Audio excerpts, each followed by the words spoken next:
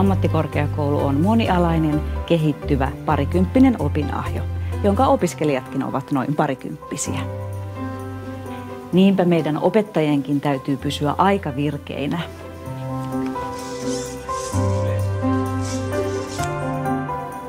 Robotit eivät sentään opeta, mutta niiden rakentaminen on varmasti opettavaista.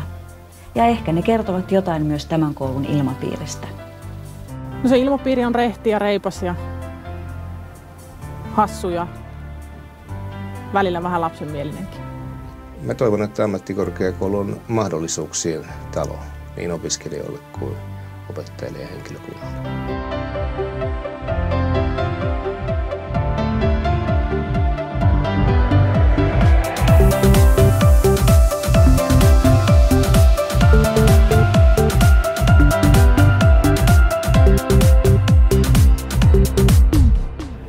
Seinäjoen ammattikorkeakoulun tarina on samalla kertomus aivan uuden koulutustason syntymisestä Suomeen.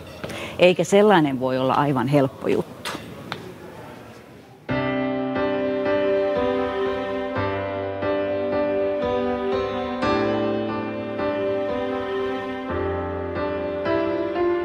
Kyllä se kahdessa vaiheessa oli aikamoinen rypistys ja onnistus.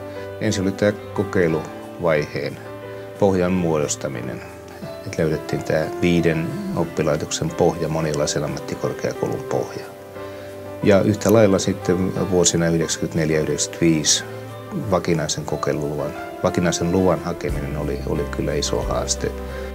Vakinainen lupa heltisi 9 ensimmäisen ammattikorkeakoulun joukossa. Seuraavat vuodet olivat vakiintumisen, kehittymisen ja maakunnallisen laajentumisen aikaa.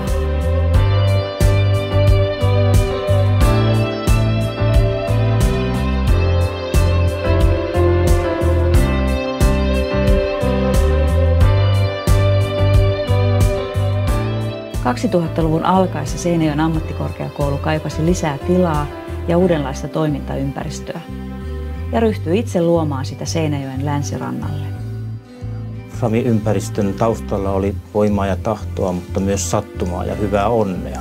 Eli meillä oli kaupunkikeskustassa pelto, joka oli neitsellinen pelto, johon voitiin tehdä uusia ajatuksia, uusia sisältöjä. Ja siihen tilanteeseen sitten ammattikorkeakoulu-uudistus kokonaisuudessaan, se ammattikorkeakoulun tarvitsemat tilatarpeet olivat kuin oikea ratkaisu, oikea tilaus oikeaan paikkaan. Seinäjoen rantamille on kasvanut oikea kampusalue, jonka muodostavat Seinäjoen ammattikorkeakoulu ja 5 yliopiston toimipisteet.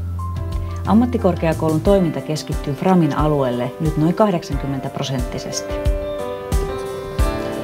Mä oon kyllä tykännyt opiskella täällä niin kuin tosi paljon. Että on sitä menoa ja meininkiä ja koulutuksen puitteet on hyvät ja ei voi kyllä yhtään moittia.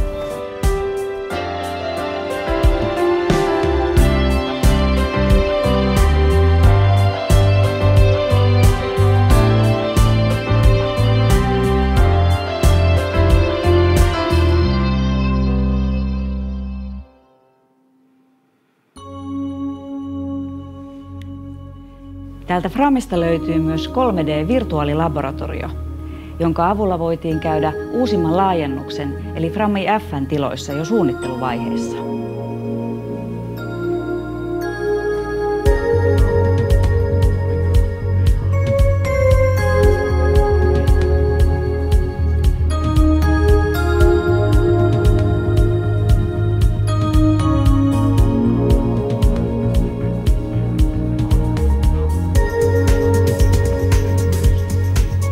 Kansainvälistyminen on kovasti lisääntynyt. Olemme saaneet vieraskielisiä koulutusohjelmia, opintokokonaisuuksia ja näiden myötä on tullut ulkomaisia opiskelijoita ja se näkyy siinä ihan päivittäisessä elämässä.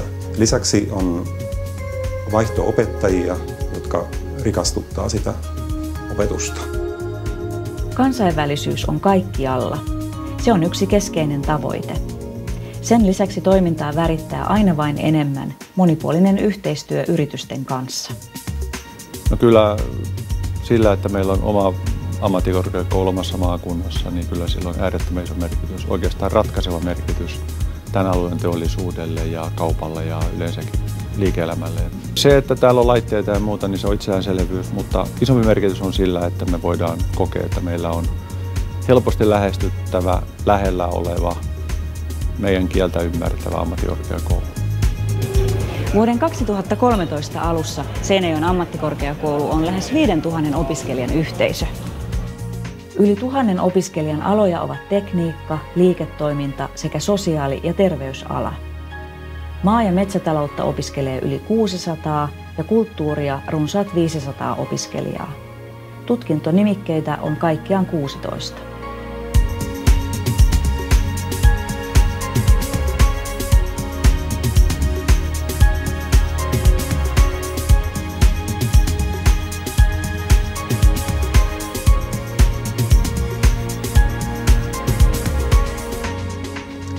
No, meillä on alueellisen korkeakoulun tarpeita varten hyvä pohja.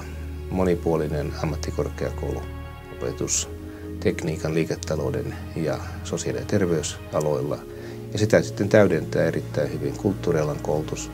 Ja täkäläisittäin ja valtakunnallisestikin äärettömän tärkeä on tämä elintarvikealan koulutus- ja tutkimuskokonaisuus, josta uskon, että sitä tulee kansallisesti hyvin merkittävä.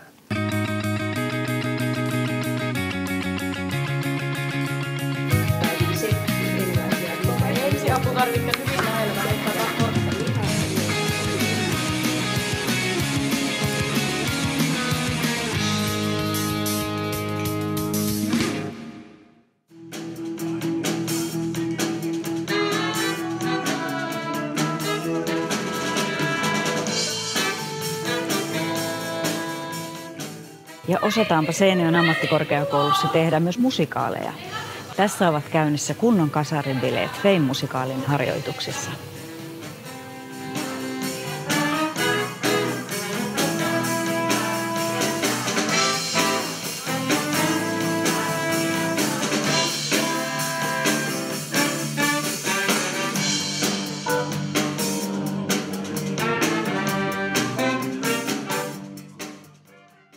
Tässä viimeisen 20 vuoden aikana Seinäjoki on muuttunut kulttuurisesti, toiminnallisesti, henkisesti aivan erilaiseksi kaupungiksi, mitä se oli ennen. Ja ammattikorkeakoulun mukanaan tuomat uusi henkilöstö, uudet opettajat, uusia opiskelijoita. Kaikki tämä on muuttanut Seinäjokia myös henkisesti.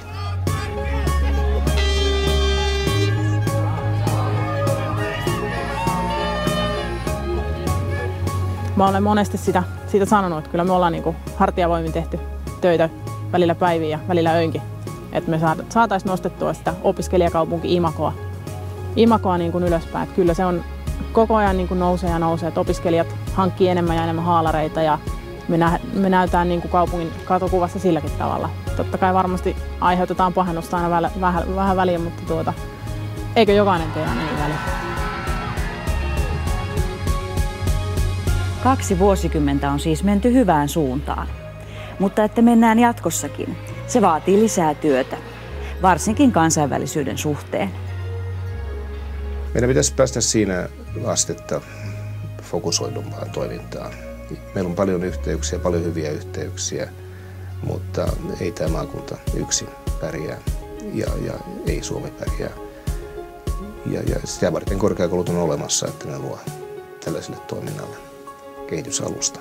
Ammattikorkeakoulun pitää tehdä tulevaisuutensa itse. Yhä enemmän vaaditaan sitä, että me itse orientoidumme uuteen aikaan omilla päätöksillämme, omilla luovilla ratkaisuillamme. Ja niin Seinäjoen ammattikorkeakoulun pitää tehdä jatkossakin, niin kuin se on tehty tähänkin.